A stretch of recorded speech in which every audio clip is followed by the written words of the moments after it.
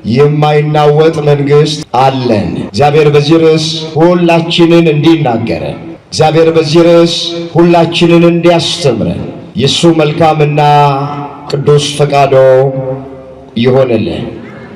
ይህን ርዕስ የመረጥንበት ምክንያት ወቅቱን፣ ዘመኑን፣ ጊዜውን የዋጀ ትምህርት መማር እንድንችል በምናየውና በምንሰማው ነገር ተስፋ ቆርጠን ወደ ኋላ እንዳናፈገፍግ ስር ሰደን በሃይማኖት መታነጽ እንድንችል በምትናወጽ ዓለም ላይ የምንኖር ሕዝቦች ሌላ የማትናወጥ መንግስት እንዳለች እሷን አሻግረን ማየት እንድንችል በዚህ ርዕስ መማማር አስፈልጓል።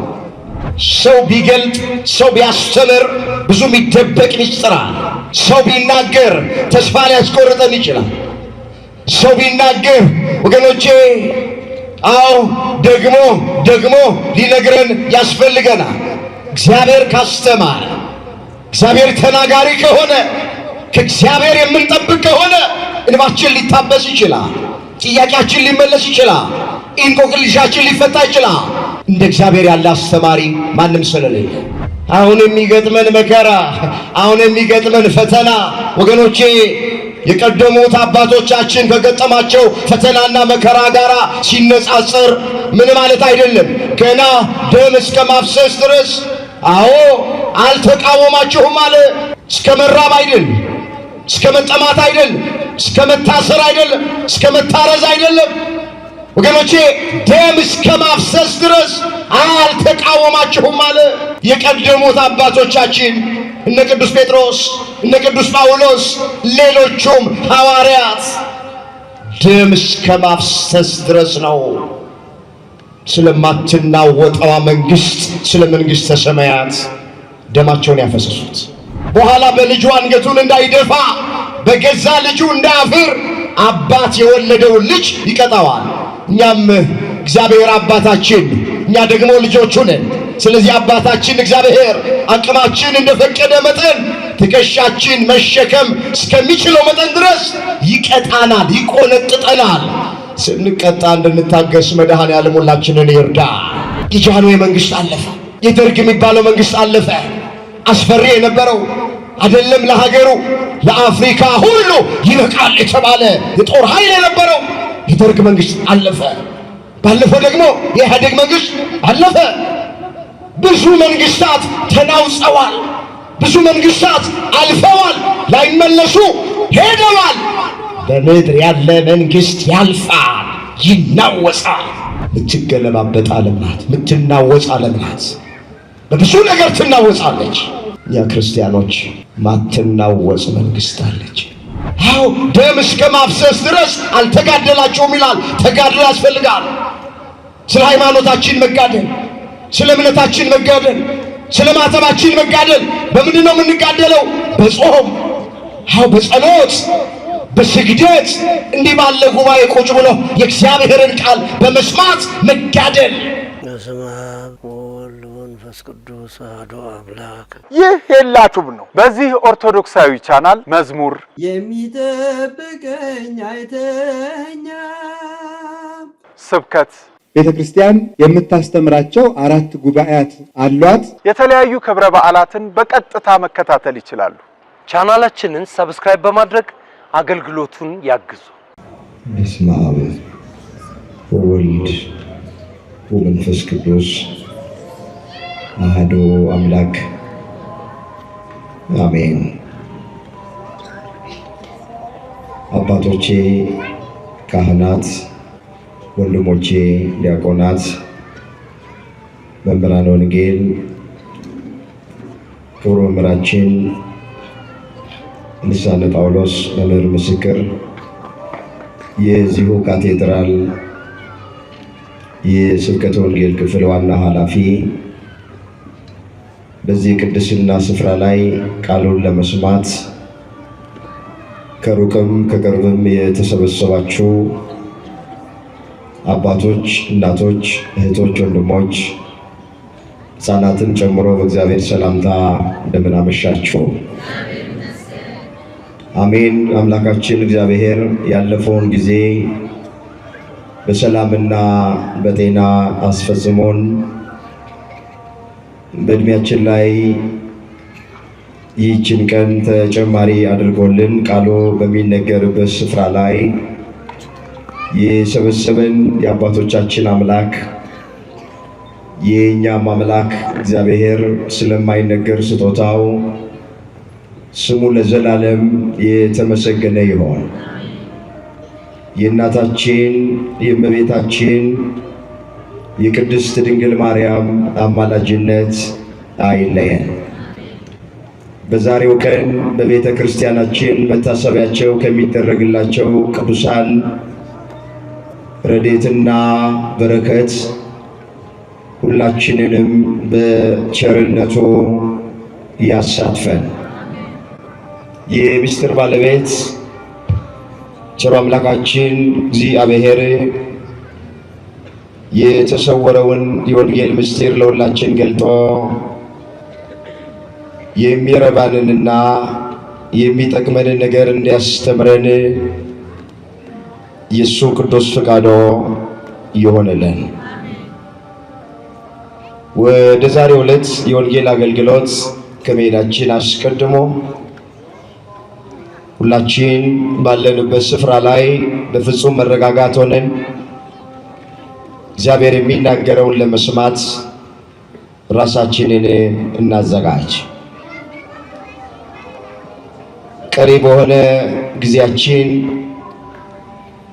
እኛ በጠበቅነው መንገድ ሳይሆን እሱ እንዳሰበ እንደፈቀደ ምንጽናናበትን ምናርፍበትን እንቆቅልሻችን የሚፈታበትን እንባችን የሚታበስበትን ቃል ሁላችንንም እግዚአብሔር እንዲያስተምረን የሱ ቅዱስ ፈቃዱ ይሆንልን።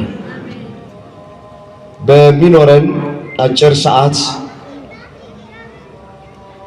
ለዛሬ ለርዕስነት የመረጥነው የእግዚአብሔር ቃል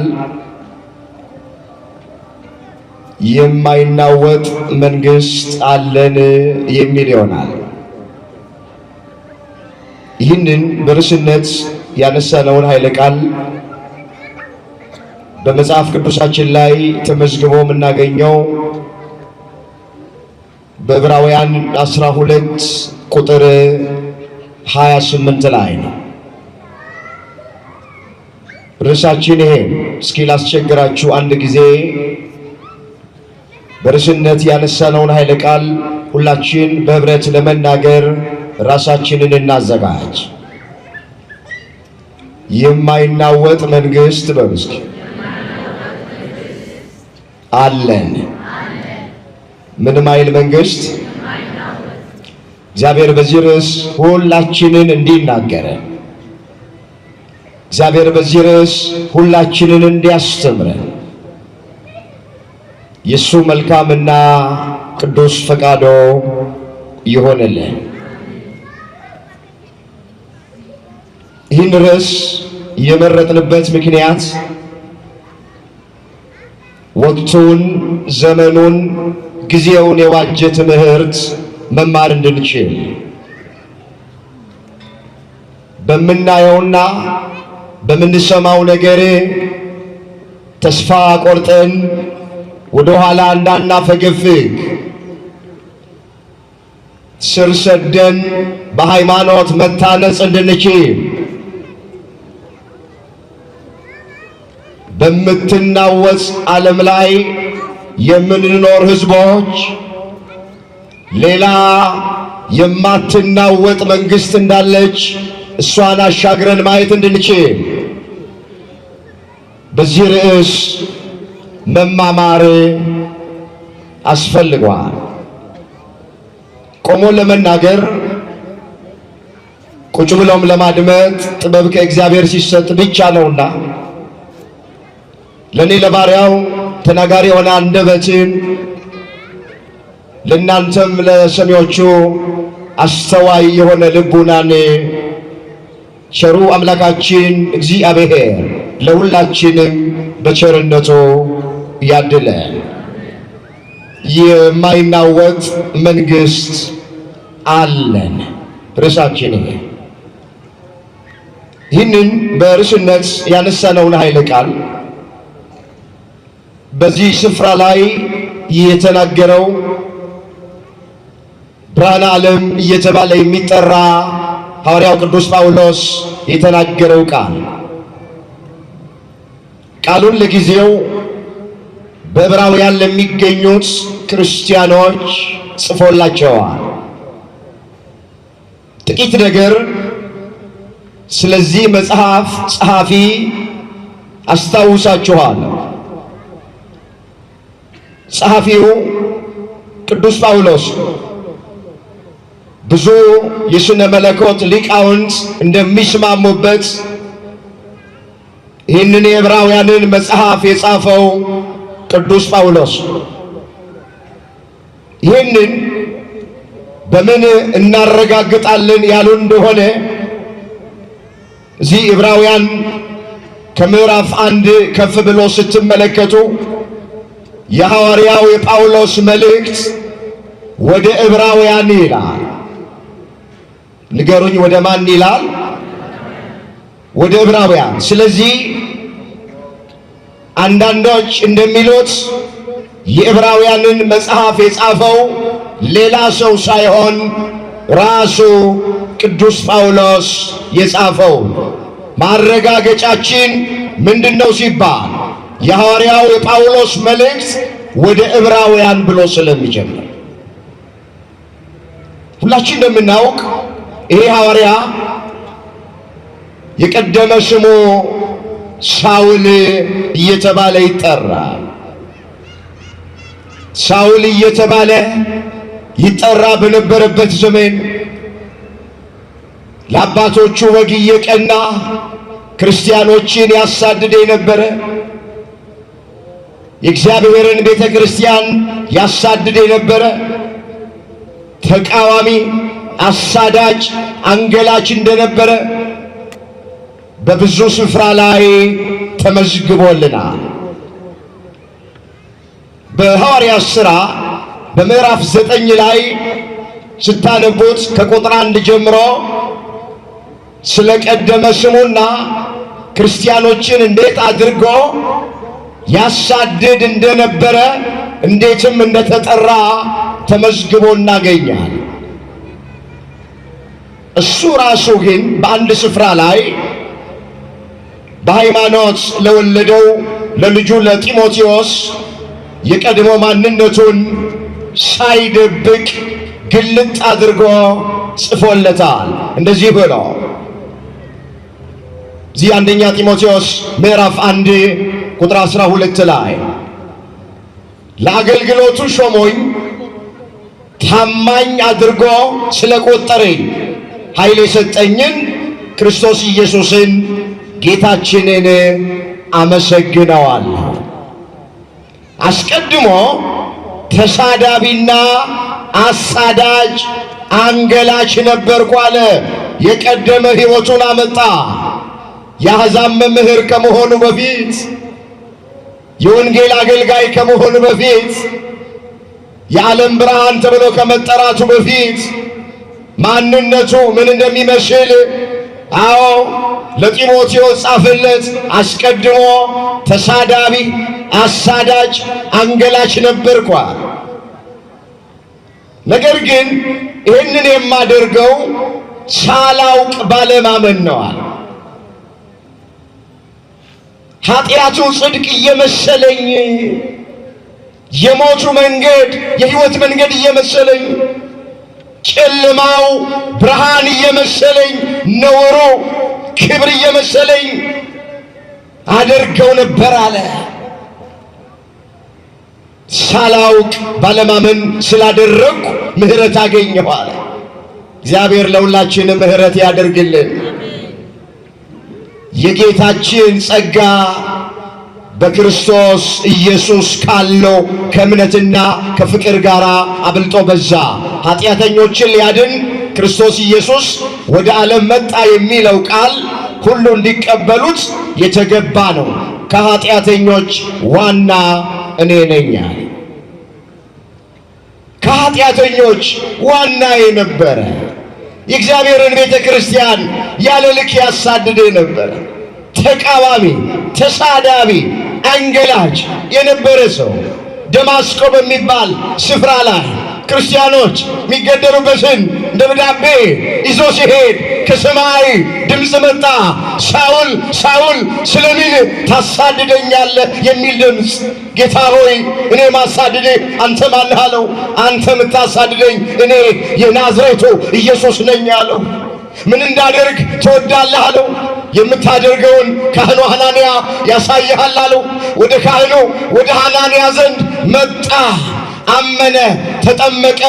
እንደ ቅርፊት ያለ ነገር ከዓይኑ ላይ ወደቀለት። ከዚህ በኋላ ሁሉን ትቶ ክርስቶስን መከተል ጀመረ። የቀድሞ አሳዳጅ አሁን ስለ ወንጌል የሚሰደድ ሆነ። 14 መልእክታትን ጻፈ። እስከ 3ኛው ሰማይ ተነጠቀ። አንድ ቋንቋ ይናገር የነበረ 71 ቋንቋ ተጨመረለት። 72 ቋንቋ መናገር ጀመረ። በቀሚሱ ጫፍ ዕውር ያበራ፣ ለምጽ ያነጻ፣ ሽባ ይረታ፣ ጎባጣ ያቀና፣ ድዊ ይፈውስ፣ ድንቅ ድንቅ ታምራቶች ያደርግ ጀመረ። እንዲህም አለ በሌላ ቦታ ላነበው ፈልጋለሁ። እዚህ ገላትያ ምዕራፍ 1 ቁጥር 11 ላይ ወንድሞቼ ሆይ አለ በእኔ የተሰበከ ወንጌል እንደ ሰው እንዳይደለ አስታውቃችኋለሁ አለ። ኢየሱስ ክርስቶስ ገልጦልኝ ነው እንጂ እኔ ከሰው አልተቀበልኩትም አልተማርኩትም ማለት ይኸውላችሁ። ሰው ቢገልጥ ሰው ቢያስተምር ብዙ የሚደበቅ ምስጢር አለ። ሰው ቢናገር ተስፋ ሊያስቆርጠን ይችላል። ሰው ቢናገር ወገኖቼ፣ አዎ ደግሞ ሊነግረን ያስፈልገናል። እግዚአብሔር ካስተማረ፣ እግዚአብሔር ተናጋሪ ከሆነ፣ ከእግዚአብሔር የምንጠብቅ ከሆነ እንባችን ሊታበስ ይችላል። ጥያቄያችን ሊመለስ ይችላል። እንቆቅልሻችን ሊፈታ ይችላል። እንደ እግዚአብሔር ያለ አስተማሪ ማንም ስለሌለ መጽሐፍ እንደዚህ ይላል፣ ልጆችሽ ሁሉ ከእግዚአብሔር የተማሩ ይሆናሉ፣ የልጆችሽም ሰላም ብዙ ነው ተብሎ ተጽፏል። ኢሳይያስ 54 ቁጥር 13 ላይ የተመዘገበ ቃል። እስኪ ላስቸግራችሁ፣ አብራችሁ ይህን በሉ። ልጆችሽ ሁሉ በሉ እስኪ። እግዚአብሔር ቃል ድገሙት። ልጆችሽ ሁሉ ከእግዚአብሔር የተማሩ ይሆናሉ፣ የልጆችሽም ሰላም ብዙ ነው። እግዚአብሔር ብዙ ሰላም ለሁላችን ይስጠን። ልጆችሽ ሁሉ ከማን ነው የተማሩ ይሆናሉ? ከእግዚአብሔር ተማሩ። የእግዚአብሔር ልጆች እንደ እግዚአብሔር ያለ አስተማሪ ማንም እዚህ ጋር ከሚቆመው ሰው ለመማር አትምጡ። እኛ ምክንያቶች ነን። አስተማሪ እግዚአብሔር። ቅዱስ ጳውሎስ እኮ ገማልያ ከሚባል ሰው እግር ስር ቁጭ ብሎ የተማረ ሰው ነው። ግን እሱን አልጠቀሰም፣ አላነሳም። ምን አለ? አዎ ወንድሞቼ ሆይ በእኔ የተገለጠ በእኔ የተሰበከ ወንጌል እንደ ሰው እንዳይደለ አስታውቃችኋለሁ። ኢየሱስ ክርስቶስ ገልጦልኝ እንጂ እኔ ከሰው አልተቀበልኩም አልተማርኩም። በአይሁድ ሥርዓት በፊት እንዴት እንደኖርኩ ሰምታችኋልና የእግዚአብሔርን ቤተ ክርስቲያን ያለ ልክ አሳድድና አጠፋ ነበር አለ። አመጣ የቀድሞ ሕይወቱ። ለአባቶቼ ወግ ከመጠን በላይ የቀናው በወገኔ ዘንድ በዘመኔ ካሉት ብዙዎቹን በአይሁድ ሥርዓት እበልጥ ነበረ። ነገር ግን አለ በእናቴ ማኅፀን ሳለው የለየኝ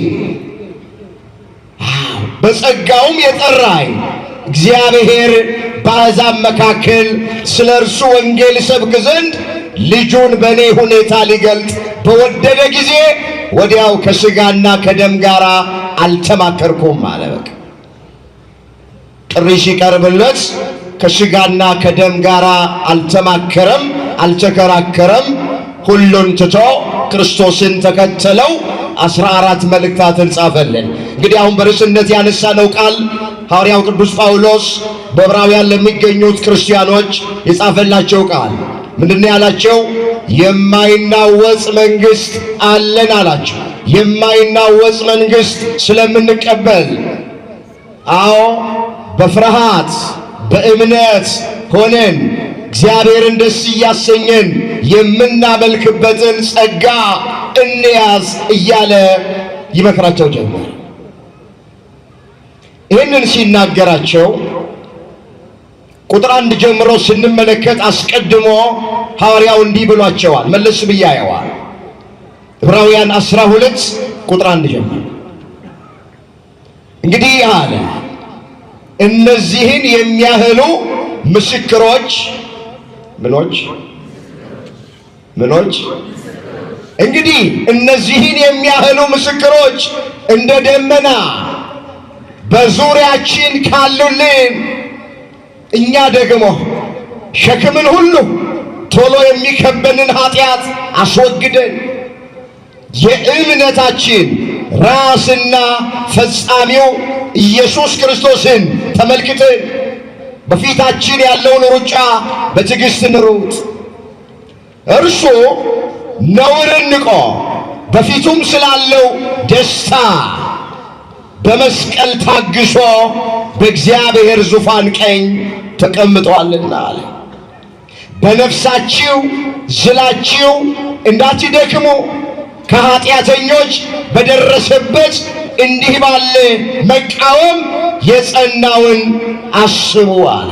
የጸናውን ምን በሉ? አስቡ። ከኃጢአት ጋር እየተጋደላችሁ ገና ደም እስከ ማፍሰስ አልደረሳችሁምና እንደ ልጆችም ከናንተ ጋር አለ። በርዕስነት ያነሳነውን ቃል ከመናገሩ በፊት ያነበብኩላችሁን ነግሯቸዋል። በዕብራውያን ለሚገኙት ክርስቲያኖች እነዚህን የሚያህሉ ምስክሮች እንደ ደመና በዙሪያችን ከከበቡን በዙሪያችን ካሉን አለ። ልክ ደመና ሰማይን እንደሚሸፍነው ሰማይን እንደሚከበው ብዙ ምስክሮች በዙሪያችን አሉ አለ። ምስክሮች ያላቸው በብሉይ ኪዳን ነቢያቱ፣ በአዲስ ኪዳን ሐዋርያቱ፣ ከዚያም በኋላ በእነሱ እግር የተነሱት ሊቃውንተ ቤተ ክርስቲያንን ጻድቃን ሰማዕታትን እነሱን ነው። እነዚህን የሚያህሉ ምስክሮች እንደ ደመና በዙሪያችን ካሉልን ቶሎ ብለን የሚከበንን ኃጢአት እናስወግድ ብሎ ያላቸው ምስክሮቹን እዚህ ዕብራውያን 11 ከቁጥር 1 ጀምሮ ዘርዝሮላቸዋል። የተያዘ ነው። እግረ መንገዳችንን መጽሐፍ ቅዱስ በተለይ የሐዋርያው ቅዱስ ጳውሎስ መልእክት ወገኖቼ ደብዳቤ ነው። እንደዚህ በምዕራፍ የከፋፈሉት የቤተ ክርስቲያን አባቶች ናቸው። እኛ እንድናነብ እንድንረዳ እንዲገባን በምዕራፍ ተከፋፈለ እንጂ ወጥ ነበር ጽሑፉ። የዕብራውያን መጽሐፍ ደብዳቤ ነው፣ ወጥ ነው፣ ምዕራፍ የለው። ግን ሊቃውንተ ቤተ ክርስቲያን አባቶቻችን እኛ ስናነበው እንድንረዳው እንዲገባን በምዕራፍ ከፋፈሉልን። እዚህ ምዕራፍ 11 ላይ ስንመለከት የእምነት አባቶችን ዘርዝሯቸዋል ሐዋርያው ከአቤል ጀምሮ። የብሉይ ኪዳን መጨረሻ እስከሆኑት የእምነት አርበኞች የእምነት አባቶች ምስክሮች የተባሉትን ዘርዝረዋል። እሱን አንስቷቸዋል፣ ጠቅሷቸዋል። ከነሱ የምንማረው ነገር ስላለ ነው። ከአቤል የምንማረው ነገር አለ። አቤል እግዚአብሔር በባህሪው ንጹሕ ነውና ንጹሕ መስዋዕት ይገባዋል ብሎ ተጨንቆ ተጠቦ ለእግዚአብሔር ንጹሕ መስዋዕት ያቀረበ ነው አቤል። ሄኖክን አንስቷል። ሄኖክ አካሄዱን ከእግዚአብሔር ጋር ስላደረገ አልተገኘም፣ ተወሰደ።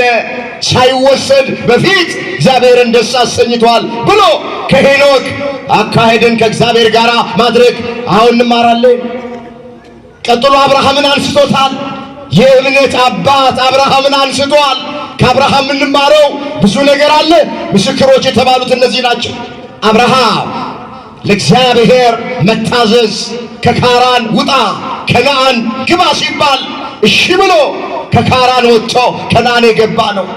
ዘመዶችህን፣ ቤተሰቦችህን፣ ሀገርህን ተው ሲባል ቤተሰቦቹን የተወ ሀገሩን የተወ ጣዖት ከሚመለክበት ሀገር ከካራን በእምነት ወዴት እንደሚሄድ ሳያውቅ የወጣ ነው። ከአብርሃም እምነት እንማራለን።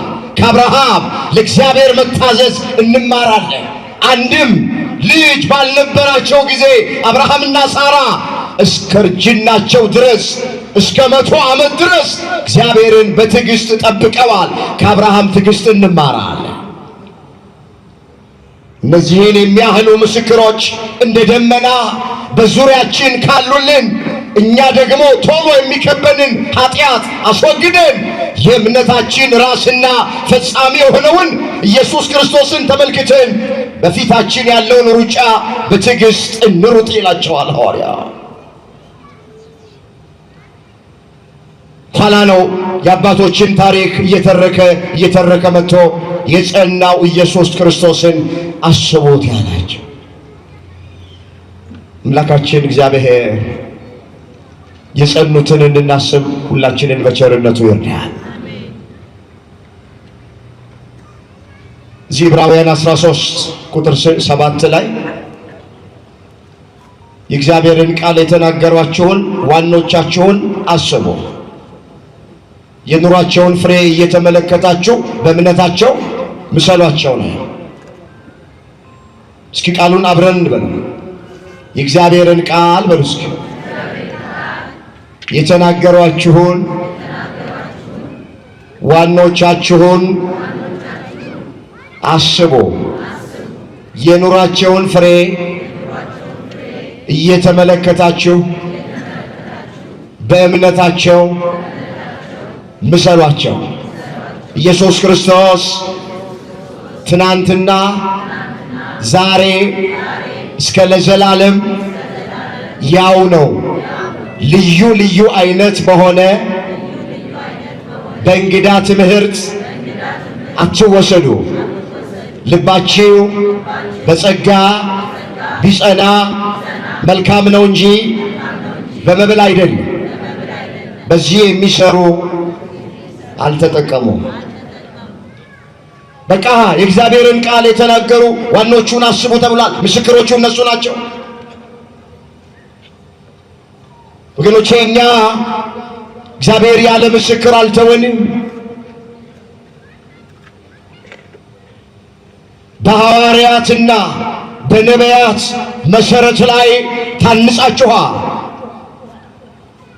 የማዕዘኑም ራስ ኢየሱስ ክርስቶስ ነው የሚለው መጽሐፍ። እዛ ኤፌሶን 2 ቁጥር 20 ላይ ተመዘገበ። እግዚአብሔር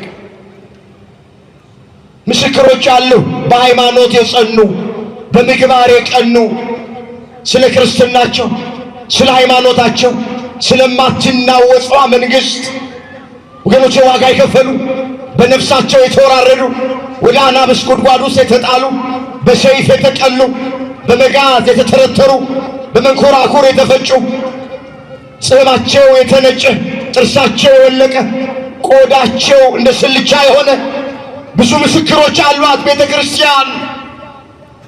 ስለማይናወጸው መንግሥት ሐዋርያው ለዕብራውያን ክርስቲያኖች ከመንገሩ በፊት እነዚህን የሚያህሉ ምስክሮች እንደ ደመና በዙሪያችን ከከበቡን አለ እኛ ቶሎ ሸክም የሆነብንን ኃጢአት አስወግደን በፊታችን ያለውን ሩጫ በትዕግስት እንሩጣለን።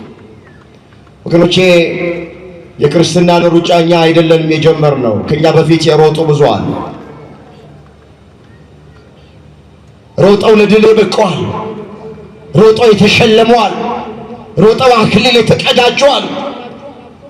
ስለማትናወጠዋ መንግስት፣ ስለማታልፏ መንግስት ከገቡ መውጣት፣ ካገኙ ማጣት፣ በሰው ዓይን ያልታየች በሰው ጆሮ ስላልተሰማች ሃው ስለ መንግስተ ሰማያት ዋጋ የከፈሉ በነፍሳቸው የተወራረደዋል።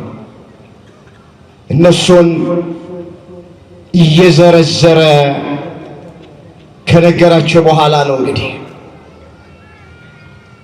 በነፍሳቸው ዝላችሁ እንዳትደክሙ ከኃጢአተኞች በደረሰበት እንዲህ ባለ መቃወም የጸናውን አስቡ ቃል ስለ ጌታችን ስለ መድኃኒታችን ስለ ኢየሱስ ክርስቶስ የተነገረ ቃል።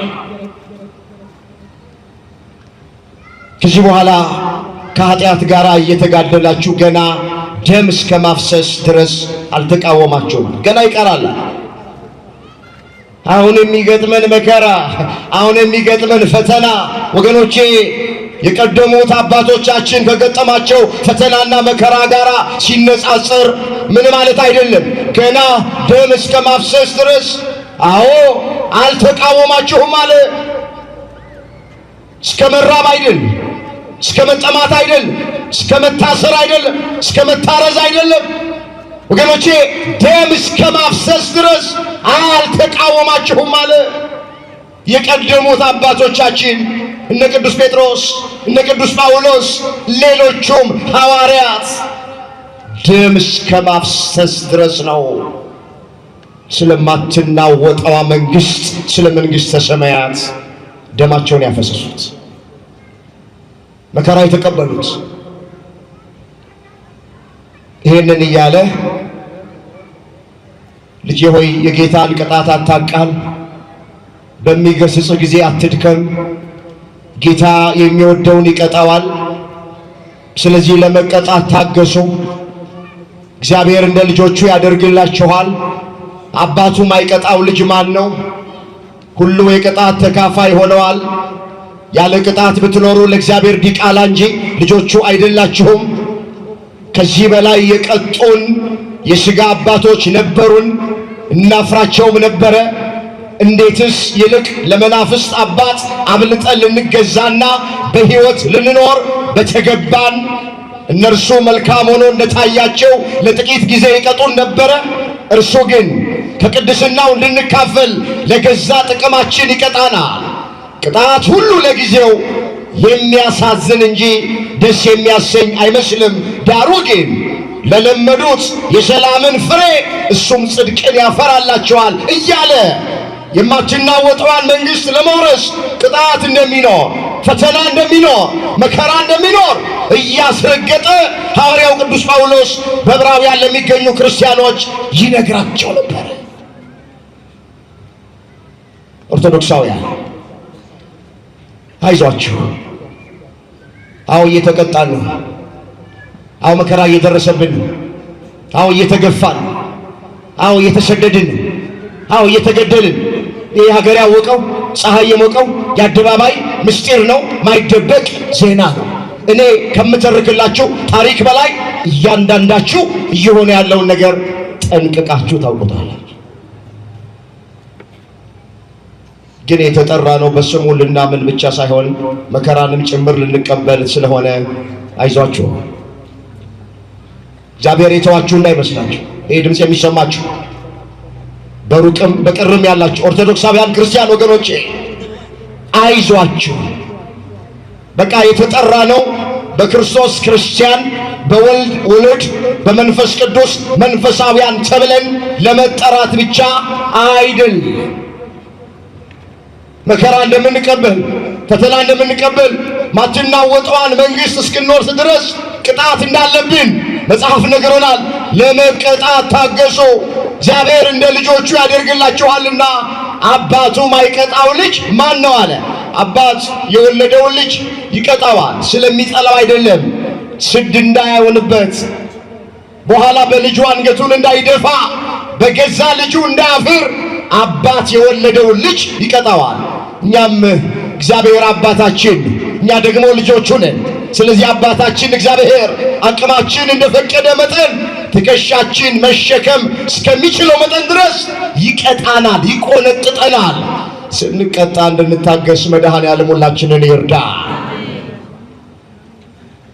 አባቱ ማይቀጣው ልጅ ማን ነው? ሁሉ የቅጣት ተካፋይ ሆኗል። ያለ ቅጣት ብትኖሩ ለእግዚአብሔር ዲቃላ እንጂ ልጅ አይደላችሁም አላቸው። እስኪ ቃሉን ከኔ ቀጥላችሁ ተናገሩ። ያለ ቅጣት ብትኖሩ ለእግዚአብሔር ዲቃላ እንጂ ልጅ አይደላችሁም። ማይቀጣው ማን ነው? ዲቃላ ነው። ያለ ቅጣት ብትኖሩ ለእግዚአብሔር ዲቃላ እንጂ ልጅ አይደላችሁም። ተዘልለው የሚኖሩ ሰዎች አሉ። ምንም ነገር ስለ ክርስትናቸው ማይገጥማቸው ሰዎች አሉ። እነሱ እኮ ናቸው እኛ ጋር ኢየሱስ ስላለ እኛ ቤት ሰላም ነው፣ ኦርቶዶክስ ጋር ኢየሱስ ስለሌለ ፈተና አለ፣ መከራ አለ እያሉ ከመጽሐፍ ቅዱስ ሐሳብ ውጭ የሆነ ቃል የሚናገሩት። የክርስቶስ የሆኑትማ ይሰደዳሉ። የክርስቶስ የሆኑትማ ፈተና አለ። እቺ ዓለምማ የመከራ ዓለም ናት። በዚች ዓለም በድሎት በቅንጦት በምቾት ትኖራላችሁ ተብሎ አልተጻፈም። ምንድነው የሚለው መጽሐፍ? በዓለም ሳላችሁ ምን አለባችሁ? የዮሐንስ ወንጌል ምዕራፍ 16 ቁጥር 33 ላይ በዓለም ሳላችሁ መከራ አለባችሁ፣ እኔ ዓለምን አሸንፌዋለሁና አይዟችሁ ነው የሚለው። ስለዚህ ስለ በዙሪያችን ስላሉ ምስክሮች ተረከና አሁን እነሱ ያሳልፉበትን ፈተና ለዕብራውያን ክርስቲያኖች ነገራቸውና ለመቀጣት እንዲታገሱ ይህንንም ተረከና ሰዓቴን ለመጠቀም ወደ ርዕሴ ጋር ልምጣ። የማይናወጥ መንግሥት ስለምንቀበል በማክበርና በፍርሃት እግዚአብሔርን ደስ እያሰኘን የምናመልክበትን ጸጋ እንያዝ። አምላካችን በእውነት የሚያጠፋ እሳት ነው አላቸው። እቺ ምድር ትናወጣለች። እቺ ምድር ፈተና መከራ አለባት። አሁን ያለነው በምትናወጥ ምድራዊ መንግስት ላይ ግን ኦርቶዶክሳውያን ባካችሁ አሻግራችሁ ማትናወጠውን መንግስት አስቧት። በዚህ ቃል ተጽናኑ። በዚህ ቃል ካልተጽናናን በምን ቃል መጽናናት እንችላለን? እቺ ዓለም ማታልፍ ብትሆን ነው። እቺ ዓለም ዘላለማዊ ዓለም ብትሆን ኖሮ እሱ በጣም ከባድ ነበረ። ግን ምትናወጥ ዓለም ምታልፍ ዓለም ናት። ጌታችን ምን አለ? ሰማይና ምድር ያልፋል፣ ቃሌ ግን ምን አይልም? ሰማይና ምድር ያልፋል፣ ቃሌ ግን አያልፍም አለ። እቺ ያለ ሰማይ ምናያት ታልፋለች፣ አንድ ቀን እንደ መጎናጸፊያ ይጠቀልላታል፣ በታላቅ ትኩሳት ያቀልጣታል። ከመታየት ወደ አለመታየት፣ ከመኖር ወደ አለመኖር ያሳልፋታል። ሌላ አዲስ ሰማይና አዲስ ምድር ተዘጋጅቶልናል። እግዚአብሔር ለዛ ክብር ሁላችንን ያብቃል። እንዲህ ይላል እዚህ ራዕየ ዮሐንስ ምዕራፍ 21 ቁጥር 5 ላይ በዙፋን የተቀመጠው እነሆ ሁሉን አዲስ አደርጋለሁ ይላል። ለኔም እነዚህ ቃሎች የታመኑና እውነተኛ ናቸው ጻፍ አለኝ። አልፋና ኦሜጋ መጀመሪያና መጨረሻ እኔ ነኝ። ለተጠማ ከሕይወት ውሃ ምንጭ እንዲያው እኔ እሰጠዋለሁ። አዲስ ሰማይና አዲስ ምድር እንደ ቃሉ ተስፋ እናደርጋለን። ክርስቲያኖች የማይናወጽ መንግሥት ስለተዘጋጀልን በዚህ ደስ ይበለን። የማይናወጽ መንግሥት ስለምንወርስ በዚህ እንጽናና። የማትናወጽ መንግሥት ያለችው የእግዚአብሔር ልጆቹ ስለሆንን በዚህ ደስ ይበለን። ይህች ዓለምማ ምትናወጥ ናት፣ ምታልፍ ናት፣ ምትጠፋ ናት። ስንት መንግሥት አለፈ፣ ምድራዊ መንግሥት። በዓለማችን ላይ ታላላቅ የሚባሉ አስፈሪ የሚባሉ መንግስታት አልፈዋል። የሮም መንግስት በጣም አስፈሪ፣ የግሪክ፣ እስራኤል ታላላቅ መንግስታቶች ስም አጠራራቸው ጠፍቷል፣ አልፈዋል። በሀገራችን በኢትዮጵያ እንኳን የኢትዮጵያን ታሪክ ስናነብ ስንት መንግስታት አለፉ። የጃንሆይ መንግስት አለፈ። የደርግ የሚባለው መንግስት አለፈ። አስፈሪ የነበረው አይደለም ለሀገሩ ለአፍሪካ ሁሉ ይበቃል የተባለ የጦር ኃይል የነበረው የደርግ መንግስት አለፈ። ባለፈው ደግሞ የኢህአዴግ መንግስት አለፈ። ብዙ መንግስታት ተናውጸዋል። ብዙ መንግስታት አልፈዋል፣ ላይመለሱ ሄደዋል። በምድር ያለ መንግስት ያልፋል፣ ይናወጻል። እኛ ግን ማትናወጽ መንግስት አለ። ማትናወጽ መንግስት ይወርሳል። መከራው ለጥቂት ጊዜ ነው። ፈተናው ለጥቂት ጊዜ ነው። ስደቱ ለጥቂት ጊዜ ነው። ረሃቡ ለጥቂት ጊዜ ነው። ግልምጫው ለጥቂት ጊዜ ነው።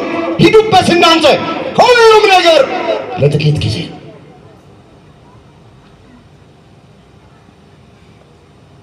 እሷን ያወርሰናል አምላካችን እግዚአብሔር። በዚህ እንደሰበሰበን በማትናወጸዋ በሰማያዊት መንግስት በመንግስተ ሰማያት ሁላችንን በቸርነቱ ይሰብስበን። እንዲህ አላቸው እዛው ዕብራውያን 12 ቁጥር 22 ላይ ነገር ግን አላቸው ወደ ጽዮን ተራራና ወደ ሕያው እግዚአብሔር ከተማ ደርሳችኋል። ምን ብላችኋል? ደርሳችኋል አላቸው። ወደ ሰማያዊቱ ኢየሩሳሌም በደስታም ወደ ተሰበሰቡ ወደ አእላፋት መላእክት በሰማያት ወደ ተጻፉ ወደ በኩራት ማህበር የሁሉ ዳኛ ወደሚሆን ወደ እግዚአብሔር ፍጹማን ወደ ሆኑት ወደ ጻድቃን መንፈሶች ደርሳችኋል። ወገኖቼ ደርሰናል ወደማትናወጠው መንግስት። ትንቢቱ እየተፈጸመ ነው። ምሳሌው እየደረሰ ነው። የመጨረሻው ዘመን ዋዜማ ላይ ነው ያለ። ስለዚህ ምንም መከራ ምንም ፈተና ይቅጠመን፣ እንጽና። እግዚአብሔር ሁላችንን ያጽና። ስንት ነገር አይናችን ተመለከተ፣ ስንት ነገር ጆሮአችን ሰማ። ይኸውላችሁ በነበረበት የሚቀጥል የሚቆይ በዚህ ዓለም ላይ ምንም ነገር የለም። ሁሉም ነገር ያልፋል። ሁሉ ነገር ምን ይላል? ያልፋል። ትናንት ሀብት ንብረት የነበራቸው ሰዎች ዛሬ ባዶ እጃቸውን የቀሩ ሰዎች፣ ትናንት ዝነኛና ስመጥር የነበሩ ሰዎች፣ ሰው ይሰግድላቸው ይንበረከክላቸው የነበሩ ሰዎች ዛሬ ያለ ክብራቸው ቀርቷል። ትናንትና ውበት የነበራቸው ሰዎች ውበታቸው ረግፏል። ቋሚ የሆነ ነገር በዚች ዓለም ላይ በዚች ምድር ላይ የለም እያልኳቸው ትዝ ይላችኋል። ባለፈው ሰሞን በሶሻል ሚዲያ ላይ አንድ ነገር ሰምቻለሁ። እዚህ ቦሌ አካባቢ የምትኖር አንድ ሴት ቆንጆ የሆነ ቦታ ለንግድም ለስራም ለምንም የሚመረጥ ቦታ ያዘች፣ ብዙ ካሬ ያዘች። መጡና 150 ሚሊዮን ብር ሽጭልን አሏት። አልሸጥም አያዋጣኝም አለች። ትንሽ ቆዩና 50 ጨምረናል 200 ሚሊዮን ብር ሽጭልን አሏት። አልሸጥም አያዋጣኝም አለች። ገበያው እንደዚህ አይደለም። ሶሻል ሚዲያ ላይ ያየሁት ነው። ምናልባት ሰምታችሁ አይታችሁ ትሆናላችሁ። ሴቲቱን አላቃትም። እንዲሁ ጨመሩላት፣ እስከ 300 ሚሊዮን ብር ጨመሩ። አልሸጥም አለች። ኮሪደር ልማት መጣ። ምንም ሳይከፈላት ተነጠቀች። የገንዘቡን መጠን እርግጠኛ አይደለም፣ ግን ታሪኩን እርግጠኛ። ያን ሁሉ ብር ሲሰጣት ሲገመትላት አልፈልግም አለች። እቺ ዓለም የምትናወጥ አይደለች፣ ባለችበት አጸናም አይደለም። አዎ ይፈልጋል ተባለና ተነጠቀች፣ ተወሰደባት። በደንብ አድርጋችሁ ስሙኝ። በዚህ ምድር ላይ ምንም ቋሚ ነገር የለም፣ ምንም የሚጸና ነገር የለም። እቺ ዓለም ምትገለባበጥ ዓለም ናት። ምትናወጽ ዓለም ናት። በብዙ ነገር ትናወጻለች። እኛ ክርስቲያኖች ማትናወጽ መንግስት አለች። አመስግኑት። እቺን መንግስት ያዘጋጀልን ክብር ምስጋና ለስሙ።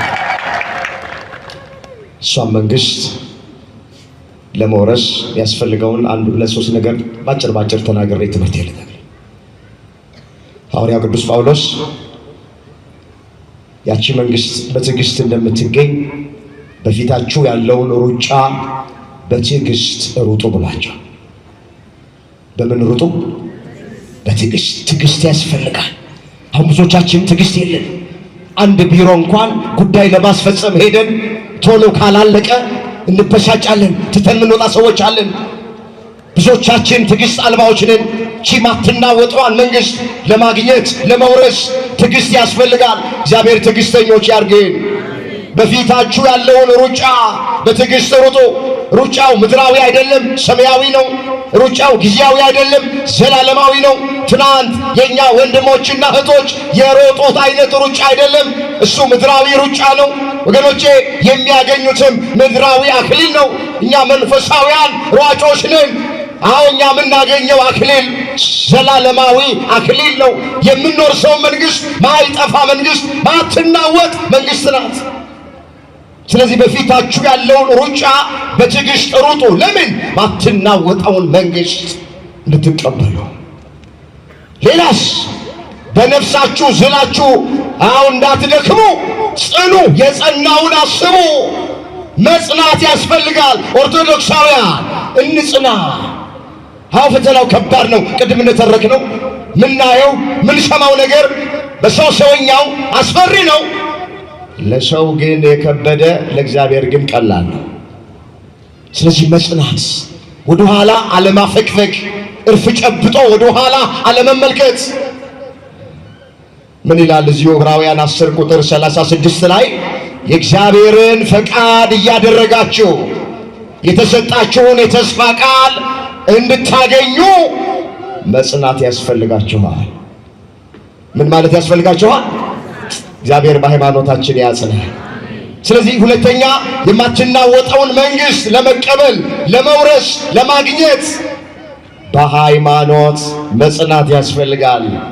ቅዱስ ጳውሎስ ምን አለ ሌላ ስፍራ ላይ? በጊዜውም አለ ጊዜውም ጽና አለ። በጊዜውም አለ ሲመች፣ አለ ጊዜውም አለ ሳይመች፣ እየቆረቆረንም ቢሆን እየተገፋንም ቢሆን እየተሰደድንም ቢሆን እየተገደልንም ቢሆን በጊዜውም አለ ጊዜውም መጽናት፣ መጋደል። ደም እስከ ማፍሰስ ድረስ አልተጋደላችሁም ይላል። ተጋድሎ ያስፈልጋል። ስለ ሃይማኖታችን መጋደል፣ ስለ እምነታችን መጋደል፣ ስለ ማተባችን መጋደል። በምንድን ነው የምንጋደለው? በጾም፣ በጸሎት፣ በስግደት፣ እንዲህ ባለ ጉባኤ ቁጭ ብሎ የእግዚአብሔርን ቃል በመስማት መጋደል። እነዚህን እያደረግን የማትናወጠዋን መንግስት ለመውረስ እንድንበቃ አምላካችን እግዚአብሔር ሁላችንን በቸርነቱ ይርዳል። የማትናወጥ መንግስት አለን። ያስተማረን፣ የመከረን፣ የገሰጸን የአባቶቻችን አምላክ እግዚአብሔር ስሙ ለዘላለም የተመሰገነ ይሁን። ድንግል ማርያም ጣዕሟን በአንደበታችን ፍቅሯን በልባችን ትሳልብን። የሁላችንን መጨረሻ እግዚአብሔር ያሳይ። ይህ ሄላቱብ ነው። በዚህ ኦርቶዶክሳዊ ቻናል መዝሙር የሚጠብቀኝ አይተኛ፣ ስብከት፣ ቤተ ክርስቲያን የምታስተምራቸው 4 ጉባኤያት አሏት። የተለያዩ ክብረ በዓላትን በቀጥታ መከታተል ይችላሉ። ቻናላችንን ሰብስክራይብ በማድረግ አገልግሎቱን ያግዙ።